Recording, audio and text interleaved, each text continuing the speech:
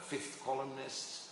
I have to deal with the situation. How do I separate fighting the extremism from accepting the faith? Yeah, this is, again, a very good point, Jonathan, but it's a very simple one to answer.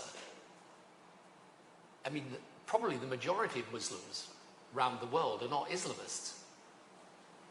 I mean, there's a difference between being a Muslim and being an Islamist, between Islam and Islamism. Islamism is the turning of the religion into a political ideology. And the problem, if you take any religion, it's not a question of Islam. If you took Christianity and turned it into a, political ideology, let's say of a particular church in a particular part of a church, and say, right, the whole of society and politics and culture is going to be run according to the precepts of this church. I mean, that would be equally bad.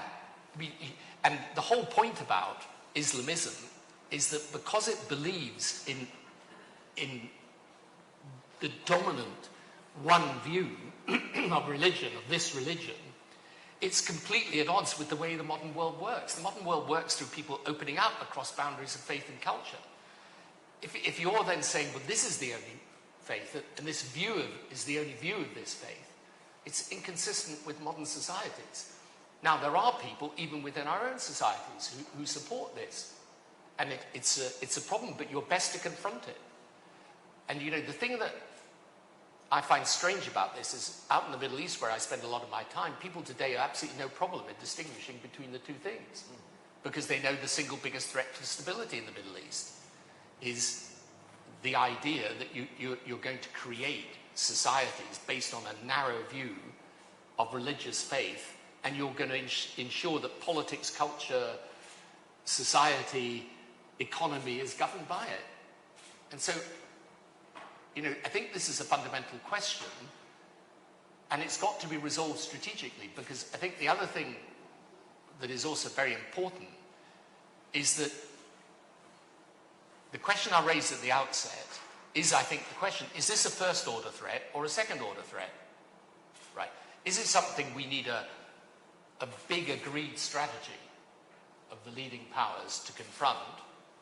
Or is it really a second-order threat? Look, it's not our business unless it comes to our shores. Let's not provoke it by going after it. Counter-terrorism, but that's it. Right.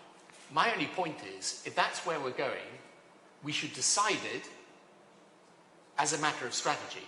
We shouldn't tumble into it because the alternatives or what's happened in Afghanistan simply lead us to that conclusion. It's because it's a big decision. It means that you reposition a lot of your analysis of the world. Now, my view is you can't be sure that it would be unwise to relegate it to being a second-order threat, because I don't see it diminishing in the world at the moment. But on this point, and then I'll pass on, there is a stalwart of the Foreign Office who would want to ask a question there on the subject. I think it's on the subject. But just to press you one bit on this question, what would you say to politicians in office today who would say that the comparison between the challenge or the threat of Islamic fundamentalism and communist ideology is not very helpful because it construes a sort of a siege mentality? It could lead to a sort of self-fulfilling prophecy, to use the cliche of us inviting more alienation and therefore more problems. Yeah, so this is the big dilemma. If you put it out on the table and debate it, do you cause more trouble than if you simply say, okay, we're just going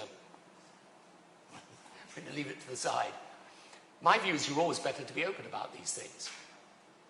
And it's a debate that goes on within Islam. That's the fault, is to believe that this is a debate that people have within the West, but they're not having it in Muslim countries. All over the Middle East they're having it, with varying degrees of openness, I agree. But, look, when I look at the Middle East today, and I see the activities of the Islamic Republic of Iran, I think that is a destabilizing force all over the Middle East. Now, is that destabilizing force linked to the ideology? I think it makes no sense at all to pretend it isn't, because it obviously is. So I think, you know, but I agree with you, it's a big question. My point is, let's debate it honestly and flush it all out, because I think otherwise you're left in a situation where you're going to end up by default with a policy you haven't really strategically decided, you've just kind of tumbled into, which is always a dangerous thing to do.